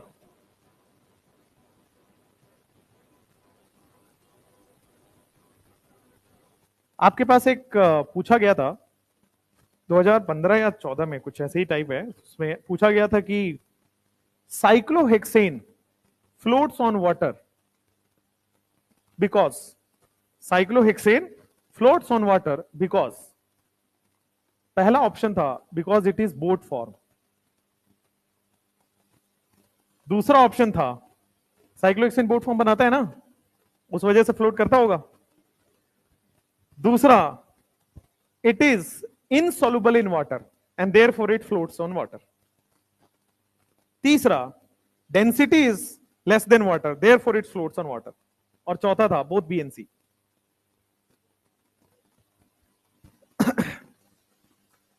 Density है, सॉल्युबिलिटी है, बोथ बी एंड सी है, या फिर बोट फॉर्म में इसलिए तैर रहा है, बोट वाला ना, हाँ, पता चलो उसमें स्टीमर स्टीमर लिख देता तो वो मार के आ जाते कि बोट अब स्टीमर बन चुका है, एज हो गया उसका कुछ। बेटा साइक्लोहेक्सेन जो होता है ना, बी ऑप्शन भी सही लिखा था कि वो सॉल्युबल नहीं होता, नॉन पोलर होता है वो alkane, alkanes are non polar, non polar होता है तो सॉल्युबल नहीं है, लेकिन सॉल्युबल नहीं होने से थोड़ी तैरता है, सॉल्युबल नहीं है तो मिलेगा नहीं, बट ऐसा थोड़ी फ्लोट करने लगेगा। फ्लोट करने का तो एक ही रीजन है, डेंसिटी कम होना, तो जिसका डेंसिटी कम होता है वो फ्लोट करता है। सेम मान लो आइस के बारे में पूछ रहा है, ice floats on water, why? क्योंकि आइस की डेंसिटी कम है, ये तो आपको 9th क्लास में पढ़ाई होगा मैडम ने, नहीं पढ़ाया मैडम ने? Density of ice is less than water. Ice की डेंसिटी बेटा कम हो जाती है, क्यों कम होती है डेंसिटी? शांत शांत, आइस की डेंसिटी क्यों कम होती है? तो हमने पढ़ा होगा बेटा, density is equal to mass upon volume, board पे देखोगे हमने पढ़ा हुआ है density is equal to mass upon volume. अगर वॉल्यूम बढ़ेगा, अगर मैं बेटे वॉल्यूम को बढ़ा दूं तो क्या डेंसिटी कम हो जाएगा? और यही होता है आपके पास आइस में। जब आइस बन रहा है तो अभी अभी मैंने आपको पढ़ाया कि बहुत सारे वाटर मॉलिक्यूल पास में आएंगे तभी तो आइस बनेगा, तो बहुत सारे वाटर मॉलिक्यूल एच बॉन्ड बना के पास में आते हैं वाटर के अंदर, और जब बहुत सारे वाटर मॉलिक्यूल बेटा ऐसे बॉन्ड बनाते हैं तो देखो वाटर के अंदर बहुत बड़े बड़े होल्स नजर आ रहे हैं क्या? जब वाटर एच बॉन्ड बना रहा है तो क्या बहुत बड़े बड़े होल्स नजर आ रहे हैं वाटर के अंदर? तो इसी को बोलते हैं वाटर के अंदर केज बन जाते हैं, और केज बनने की वजह से बेटा आपके पास क्या हो जाता है, बहुत सारे वैकेंट स्पेस आ गया, और वैकेंट स्पेस आ गया तो क्या वॉल्यूम बढ़ जाएगा, और वॉल्यूम बढ़ने से डेंसिटी कम हो जाता है। तो आइस आपके पास डेंसिटी क्यों कम हुई? क्योंकि वॉल्यूम बढ़ गया। वॉल्यूम क्यों बढ़ा? क्योंकि cage like structure of, cage like structure बन जाता है, cage like structure of ice. Ice का स्ट्रक्चर क्या होता है? एच बॉन्ड वाला जो होता है ना, एच बॉन्डेड वाटर को ही आइस कहते हैं। केज लाइक स्ट्रक्चर हो गया, अंदर उसमें बहुत सारी वॉइड्स हैं, है ना, और वॉइड होने की वजह से वॉल्यूम बढ़ गया, और वॉल्यूम बढ़ गया तो आपके पास डेंसिटी कम हो जाएगा, और डेंसिटी कम हो गया तो फ्लोट करने लगा। दूसरा है वो सुन लीजिए, उसको लिखवाएंगे नहीं, कि आइसक्रीम स्टिक आपके पास, उस पर आइसक्रीम चिपका हुआ होता है थोड़ी देर के लिए, जब तक आइसक्रीम पिघल नहीं रही है तब तक। क्यों आइसक्रीम स्टिक वुड का ही क्यों लेते हैं? क्योंकि जो आपका लकड़ी होता है ना, उसमें जब पानी मिलेगा तो वुड, आपने पढ़ा होगा कि हाइड्रोकार्बन ही है, हाइड्रोकार्बन है ना, और आपके पास जो आइसक्रीम है उसमें क्या होता है, उसमें भी वाटर होता है, और आइसक्रीम में हम लोग क्या यूज करते हैं? चीनी यूज करते हैं मीठा करने के लिए, तो क्या मीठा करने के लिए ग्लूकोज आएगा, और ग्लूकोज में भी ऑक्सीजन है, आपके वाटर में भी OH और ऑक्सीजन है, तो दोनों आपस में एच बॉन्ड करते हैं, साथ में कुछ हाइड्रोजन मॉलिक्यूल्स ऑफ कार्बन, कुछ हाइड्रोजन मॉलिक्यूल्स ऑफ कार्बन भी स्टिक हो जाते हैं उसके साथ, इसीलिए थोड़ी देर तक, जब तक उसको टेम्परेचर नहीं मिलता तब तक वो चिपका रहता है, जैसे ही टेम्परेचर मिला एच बॉन्ड टूट जाएगा, और 42 डिग्री तो 42 किलो जूल तो चाहिए, और 42 किलो जूल तो आसानी से मिल जाएगा आपके पास, तो जैसे ही थोड़ा सा टेम्परेचर मिला आपके हाथ से आइसक्रीम फिसल जाएगा। चलिए, तो वो तो बकवास है, वो तो एनसीईआरटी में दिया इसलिए बोल दिया बस। इसका जो इंपॉर्टेंट वाला जो क्वेश्चन आता है ना, वो अब हम करेंगे। बॉइलिंग पॉइंट के क्वेश्चन आते हैं, वो अब हम करेंगे। तो बॉइलिंग पॉइंट आपने देखा, बॉइलिंग पॉइंट किस पे डिपेंड करता है? मोलिक्यूलर वेट पे। जिसका मोलिक्यूलर वेट ज्यादा उसका बॉइलिंग पॉइंट ज्यादा, और जिसका मोलिकुलर वेट कम होगा उसका बॉइलिंग पॉइंट कम होना चाहिए। अभी देखते हैं क्वेश्चंस में। ये हो गया। लिखो compare boiling point. Question H bond के यहां से आएंगे, कंपेयर बॉइलिंग पॉइंट।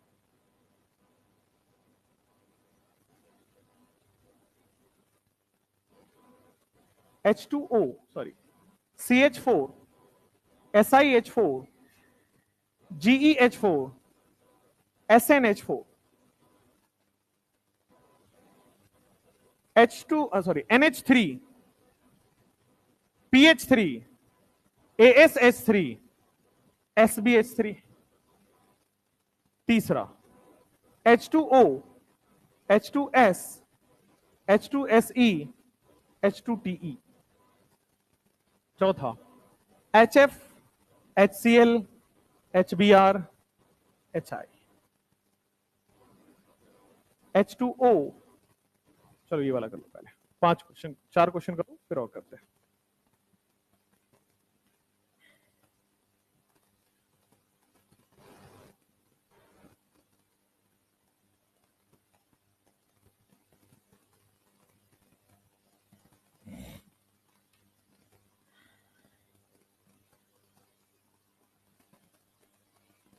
पहले वाले में तो सिंपल है, पहले वाले में कहीं पे एच बॉन्ड दिख रहा है क्या? नहीं। तो पहले वाले में जिसका मोलिकुलर वेट ज्यादा उसका बॉइलिंग पॉइंट ज्यादा, बड़ी सिंपल है। तो पहले वाले में कोई प्रॉब्लम ही नहीं है।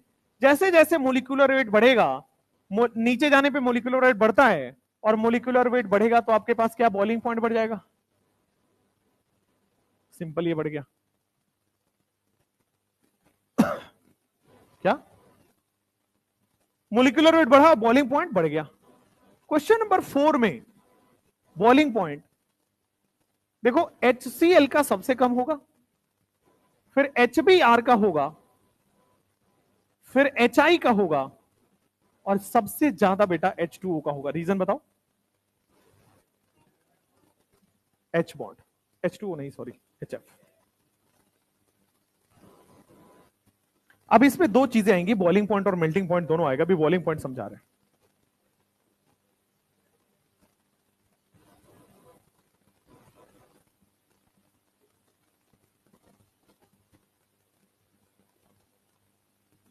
सेम केस यहां पे होगा, इन दोनों में भी सेम केस बॉइलिंग पॉइंट का आपको यहां पे होगा कि वैसे तो बॉइलिंग पॉइंट बढ़ता है नीचे जाने पे, बट H2O का सबसे ज्यादा हो जाएगा बिकॉज ऑफ H बॉन्ड।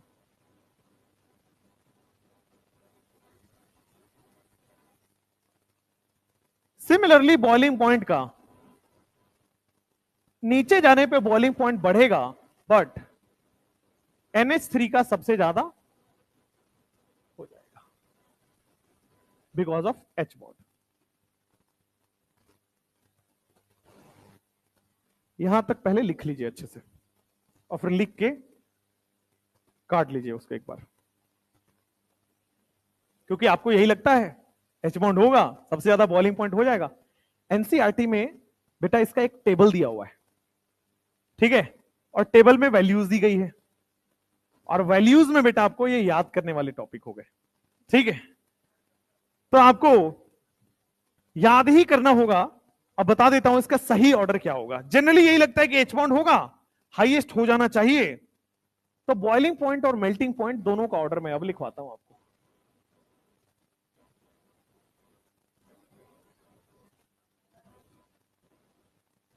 काट दिया था आपने? काट दिया, कोई बात नहीं बेटा। वैल्यू लिख लेते हैं, वैल्यू वाइज, मतलब याद ही करना है आपको भी और मुझे भी। देखोगे मेल्टिंग पॉइंट का वैल्यू जो है ये सही है, PH3, ASH3, SbH3, और ये वैल्यू आपको एनसीईआरटी में ही दी गई है और कहीं मिलेगा नहीं। तो ये मेल्टिंग पॉइंट के लिए तो सही है, बट बॉइलिंग पॉइंट के लिए जो है वो बेटा रिवर्स ऑर्डर थोड़ा सा हो जाता है। NH3 का एक कम हो जाता है और SbH3 का थोड़ा सा ज्यादा हो जाता है। तो NH3 का ज्यादा होगा बट एकदम ज्यादा नहीं हो जाएगा, थोड़ा सा ज्यादा होगा। ये आपको रिमेंबर करना है किसका मेल्टिंग पॉइंट ज्यादा, किसका बॉइलिंग पॉइंट ज्यादा। और ये आप देखोगे तो कई बार नीट में आया हुआ है, एनसीईआरटी की टेबल से आते हैं क्वेश्चंस, तो आ गया है। दूसरा H2 वाला थोड़ा कम परेशान करेगा आपको। मेल्टिंग पॉइंट और बॉइलिंग पॉइंट सेम है, H2O में सबसे ज्यादा हो जाता है, H2TE और H2O इसका सबसे ज्यादा हो जाता है, कोई प्रॉब्लम नहीं होता इसमें, सिंपल है याद करना। पानी का बॉइलिंग पॉइंट सबसे ज्यादा होगा, 100 डिग्री हो जाता है भाई, इससे ज्यादा तो क्या ही उम्मीद कर रहे हो। नेक्स्ट, इसका बॉइलिंग पॉइंट और मेल्टिंग पॉइंट में, मेल्टिंग पॉइंट तक तो ठीक है, मेल्टिंग पॉइंट में इसका HF पहले आ जाता है और HI बाद में आता है, और बॉइलिंग पॉइंट में आपके पास, सॉरी बॉइलिंग पॉइंट में आ जाता है, मेल्टिंग पॉइंट में आपके पास सिंपली वही वाला ऑर्डर, HCl, HBr, HI और HF सबसे ज्यादा हो जाता है। याद ही करना है, वैल्यू बेस्ड है, can't help. Compare boiling point.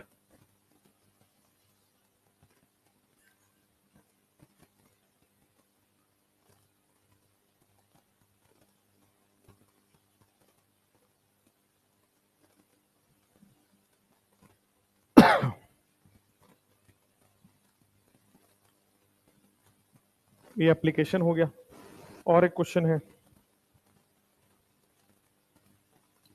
कह रहा है लिखो क्वेश्चन, ऑल्दो, नेक्स्ट क्वेश्चन कह रहा है कि C2H5OH और CH3OCH3 इन दोनों का मोलिक्यूलर वेट बेटा सेम है, इन दोनों का मोलिक्यूलर वेट सेम है, बट बॉइलिंग पॉइंट जो है, बॉइलिंग पॉइंट C2H5OH का ज्यादा है एज कंपेयर टू CH3OCH3। क्यों ऐसा?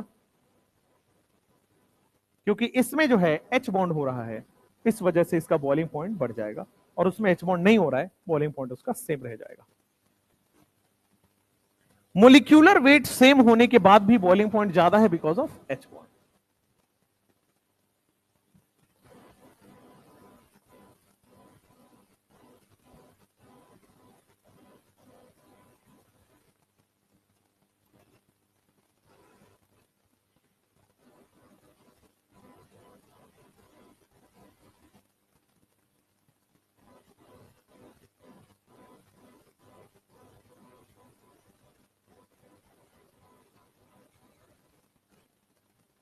बोर्ड पे देख के बताना क्या यहां पे H बॉन्ड होगा या नहीं होगा।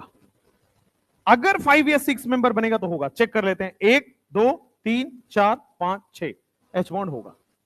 यहां पे भी 1 2 3 4 5 6, यहां भी बेटा आपके पास H बॉन्ड होगा। तो ये इंट्रामोलिक्यूलर के कुछ एग्जांपल है, इनका नाम है सैलिसल्डिहाइड, और इन वाले का, इस वाले का नाम है सैलिसाइलिक एसिड। ये सब में इंट्रामोलिकुलर H बॉन्ड होता है, और ऑर्थोनाइट्रोफिनॉल तो आपके पास कर ही दिया है।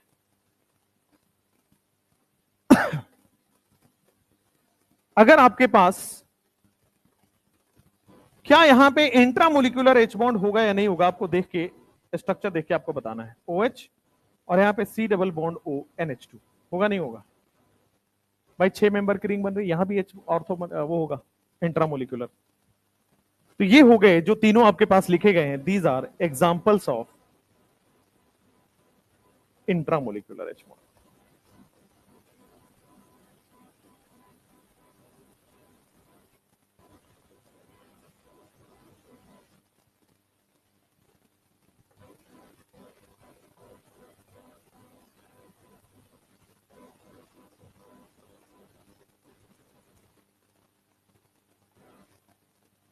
अगर 5 या 6 मेंबर रिंग बन रही है तो हर जगह H बॉन्ड होगा।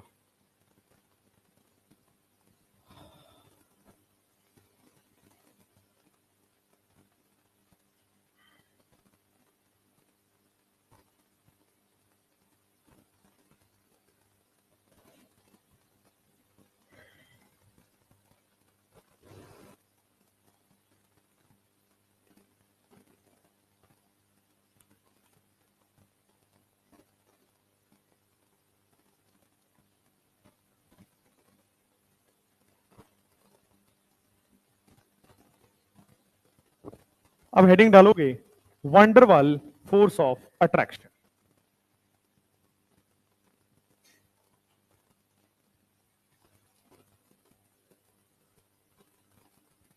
वंडरवाल से बहुत रेयर क्वेश्चन आते हैं, बट आ भी जाते हैं कभी कभी।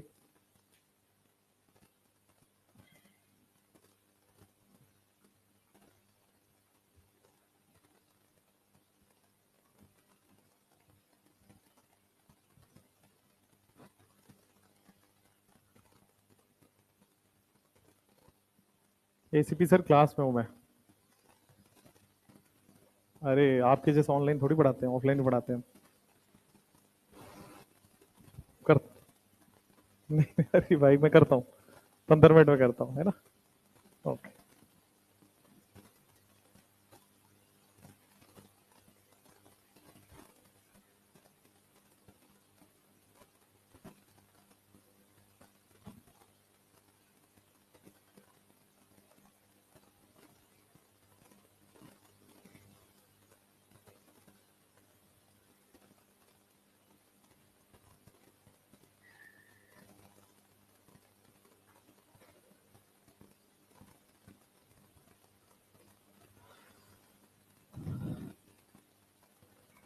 चलो भाई, next is van der Waals force of attraction.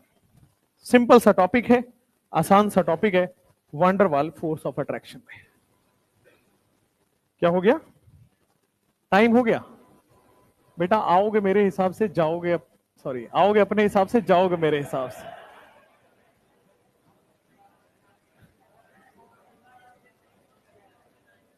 क्या कह रहे हो? आओगे अपने हिसाब से, जाओगे मेरे हिसाब से। पढ़ो अब।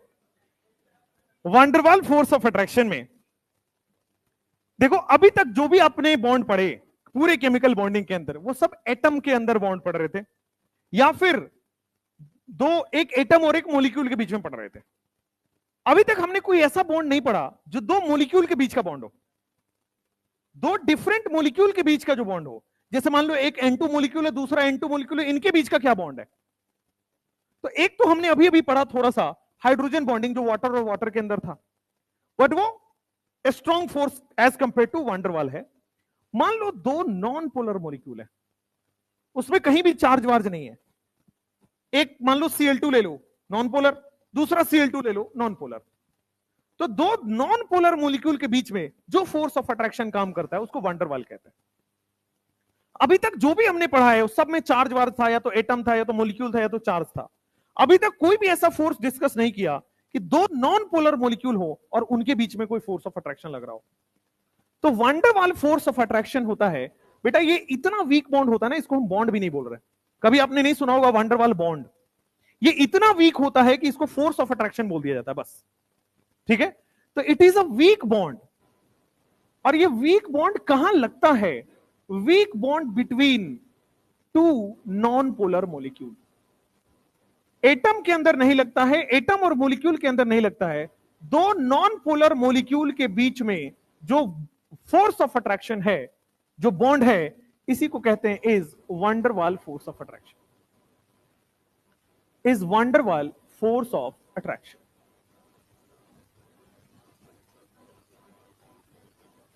ये 5 तरीके के होते हैं van der Waals force of attraction. 5 types के होते हैं। पहला होता है आपके पास आयन डाइपोल। एक आयन है, एक डाइपोल है, इनके बीच का जो अट्रैक्शन होगा उसको पढ़ना है, और ये आप पढ़ चुके हो, मैं याद दिलाऊंगा। दूसरा डाइपोल डाइपोल अट्रैक्शन है, ये भी आप पढ़ चुके हो, अभी मैं याद दिलाने वाला हूं। तीसरा आपके पास आयन इंड्यूस्ड डाइपोल है।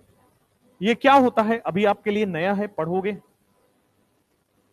Ion induced dipole attraction. और चौथा होता है आपके पास dipole induced dipole attraction. Dipole induced dipole attraction, ठीक है। और पांचवा होता है आपके पास लंदन फोर्सेस। पहली बार नाम सुन रहे हो क्या तुम? लंदन डिस्पर्सन फोर्सेस और instantaneous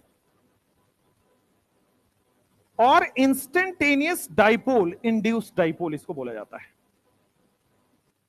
instantaneous dipole induced dipole. अब ये एक एक करके समझते जाओ है क्या, बड़ी छोटा सा टॉपिक है, ध्यान से देखिए। आयन इंड्यूस्ड डाइपोल, आप आयनिक बॉन्ड में मेरे साथ पढ़े हुए हो जब मैंने आपको आयनिक बॉन्ड पढ़ाया हुआ है।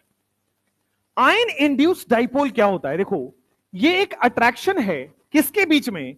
एक आयन और एक डाइपोल के बीच में। ये एक अट्रैक्शन है किसके बीच में? आयन और एक डाइपोल के बीच में।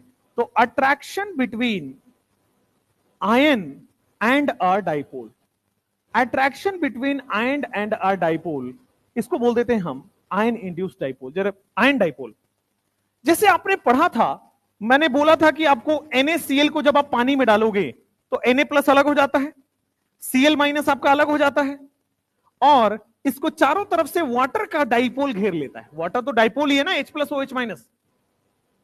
तो आयन को चारों तरफ से डाइपोल से अट्रैक्शन है, इसी फोर्स ऑफ अट्रैक्शन को क्या बोलते हैं? Ion dipole attraction. एक आयन है, उसको चारों तरफ से बेटा एक डाइपोल ने घेर रखा है। आयन जो है चारों तरफ से डाइपोल को घेर रखा है, सर डाइपोल ने आयन को चारों तरफ से घेर रखा है, इसी को बेटा बोलते हैं आयन डाइपोल अट्रैक्शन। जैसे ये वाला भी आपके पास आयन है, आयन चारों तरफ से बेटा वाटर मॉलिक्यूल इसको घेर रखा है, चारों तरफ से इसको वाटर मॉलिक्यूल चूंकि घेर रखा है, तो this is ion dipole attraction. Plus minus plus minus plus minus plus minus plus minus plus minus plus minus. Ion है, उसको चारों तरफ से बेटा डाइपोल ने घेर रखा है, और ये आपने ऑलरेडी पढ़ रखा है। इस प्रोसेस को क्या बोलते हैं हम? हाइड्रेशन। इस प्रोसेस को हम लोग हाइड्रेशन बोलते हैं, और इसमें जो फोर्स काम कर रहा है वो है आयन डाइपोल अट्रैक्शन। हमने ऑलरेडी इसके बारे में पढ़ रखा है। एक आयन को डाइपोल से अट्रैक्शन होगा चारों तरफ से, आयन डाइपोल अट्रैक्शन करेंगे। अच्छा, डाइपोल डाइपोल अट्रैक्शन क्या है? अभी तो थोड़ी देर पहले पढ़ा था, H बॉन्ड क्या है? डाइपोल और डाइपोल के बीच में ही तो फोर्स ऑफ अट्रैक्शन लग रहा था। डाइपोल डाइपोल अट्रैक्शन अभी अभी हमने पढ़ा था कि H बॉन्ड एक बहुत अच्छा एग्जांपल है। हमने इसके अंदर पढ़ा था ना कि HF पहला डाइपोल दूसरे डाइपोल के साथ अट्रैक्शन करेगा, पढ़ा था। दूसरा वाला फिर तीसरे के साथ डाइपोल के साथ अट्रैक्शन करेगा। सिमिलरली हमने वाटर के बारे में भी पढ़ा था, HOH जो है दूसरे HOH के साथ अट्रैक्शन करेगा, फिर तीसरे HOH के साथ अट्रैक्शन करेगा और H बॉन्ड बना रहा होगा। तो यहां पे जो अट्रैक्शन होता है दो डाइपोल्स के बीच में, that is known as dipole dipole attraction. इसका बहुत बिगेस्ट एग्जांपल है आपके पास H बॉन्ड। तीसरा इंपॉर्टेंट हो जाता है आयन इंड्यूस्ड डाइपोल।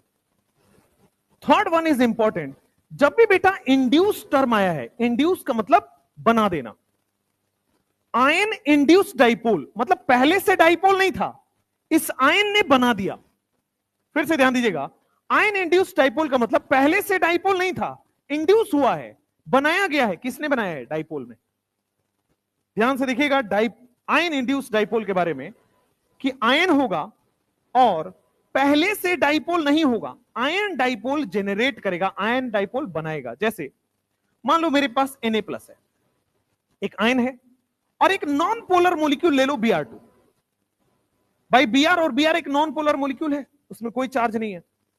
तो Na+ क्या करेगा? क्या Na+ इसके इलेक्ट्रॉन को अपनी साइड बुला लेगा, इसके इलेक्ट्रॉन को अपनी साइड अट्रैक्ट कर लेगा।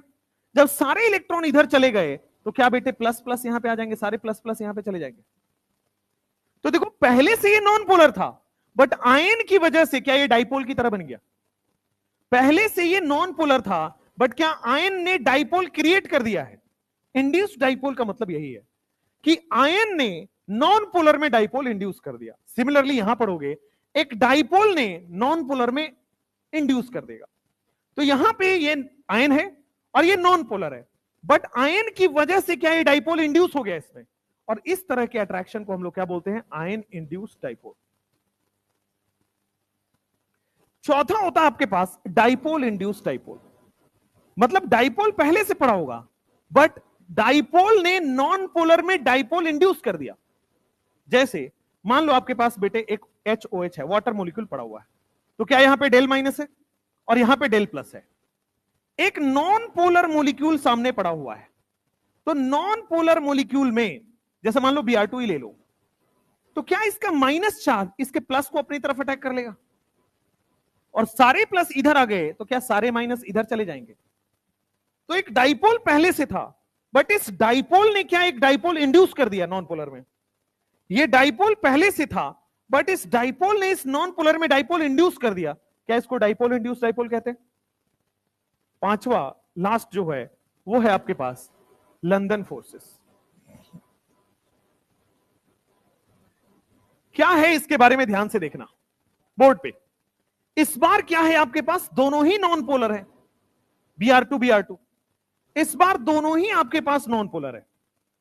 अब मॉलिक्यूल अगर एक जगह रहेगा तो क्या आपस में कोलिजन करेगा, आपस में कोलिजन करेगा, टकराएगा, और कोलिजन करने और टकराने की वजह से इसका माइनस एक साइड चला जाएगा जो इसके प्लस को अट्रैक्ट करता है।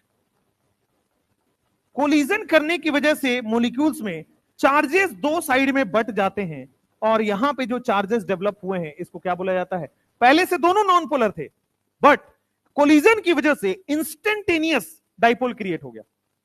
कोलिजन की वजह से इंस्टेंटेनियस डाइपोल क्रिएट हुआ दोनों मॉलिक्यूल में। Instantaneous dipole is created. Instantaneous dipole बेटा यहां पे क्रिएट हो जाएगा, और इसी को बेटा बोलते हैं इंस्टेंटेनियस डाइपोल इंड्यूस्ड डाइपोल। पहले एक मॉलिक्यूल में कोलिजन की वजह से डाइपोल आएगा, फिर ये सामने वाले में इंड्यूस कर देगा, तो इंस्टेंटेनियसली इस नॉन पोलर में डाइपोल आया जिसने सामने वाले में डाइपोल क्रिएट कर दिया। इंस्टेंटेनियस डाइपोल इंड्यूस्ड डाइपोल, इसी को बोलते हैं लंदन डिस्पर्शन फोर्सेस। अब आप थोड़ा देख के बताओ कौन इसमें स्ट्रांग होगा और कौन इसमें वीक होगा। सबसे ज्यादा अट्रैक्शन कहां हो रहा है, क्या आयन में सबसे ज्यादा स्ट्रांग हो रहा है, फिर जैसे जैसे नीचे जा रहे हो क्या वीक होते जा रहा है। तो स्ट्रेंथ जो होता है इन पांचों में, 1 का स्ट्रेंथ सबसे ज्यादा होता है, फिर 2 का होता है, फिर 3 का होता है, फिर 4 का होता है, फिर 5 का।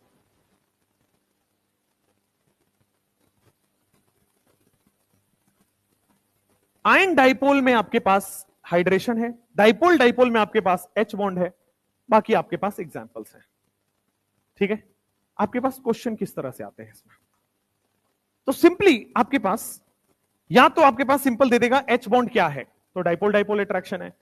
हाइड्रेशन क्या है, तो आपके पास आयन डाइपोल अट्रैक्शन है। एक तरह का क्वेश्चन ये बनता है। दूसरा तरह का क्वेश्चन है, पूछा जाता है कि अगर आप Na+ एंड वाटर की रिएक्शन करा रहे हो, इसमें कौन सा वंडरवाल फोर्स लगेगा, बताओ जरा। आयन है और ये डाइपोल है, तो क्या आपके पास आयन डाइपोल वंडरवाल लगेगा। मैच द कॉलम टाइप के क्वेश्चन आते हैं इसमें, कौन कौन से लगेंगे। जैसे मान लो आपके पास Na+ है और मान लो मैंने लिया हुआ है Br2 मॉलिक्यूल, इंड्यूस करेगा, कुछ नहीं है तो उसमें इंड्यूस कर देगा dipole, ion induced dipole, ion induced dipole. अगर मान लो आपके पास H2O है और यहां पे मैंने ले लिया है Br2, तो क्या डाइपोल इंड्यूस्ड डाइपोल हो जाएगा, तो it will be dipole induced dipole. ठीक है, तो एक आपके पास मॉलिक्यूल्स दे देता है, जैसे आपके सामने Br2 दोनों ही दे दिया, तो London dispersion forces and the weakest force ever, यह आपके सिलेबस का सबसे वीकेस्ट फोर्स है।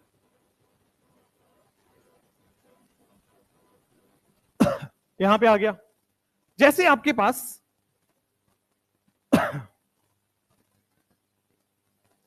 Na+ है एंड Cl- है, किस तरह का अट्रैक्शन होगा, आयन आयन, गधों ये आयनिक बॉन्ड है, आयन आयन अट्रैक्शन, बहुत बढ़िया। आयन आयन अट्रैक्शन को ही आयनिक बॉन्ड बोला गया था, गुड। प्लस- अट्रैक्शन नहीं बोला तुमने। Br2 एंड वाटर, इसके बीच में कौन सा वंडरवाल लग रहा है। उसने उल्टा करके लिख दिया, तो ये मत समझना कि पहले इंड्यूस डाइपोल लिखना है, डाइपोल ही इंड्यूस डाइपोल करेगा, तो सिंपली इसमें डाइपोल इंड्यूस डाइपोल आ जाएगा। डाइपोल आयनिक बॉन्ड समझ जाओगे तो।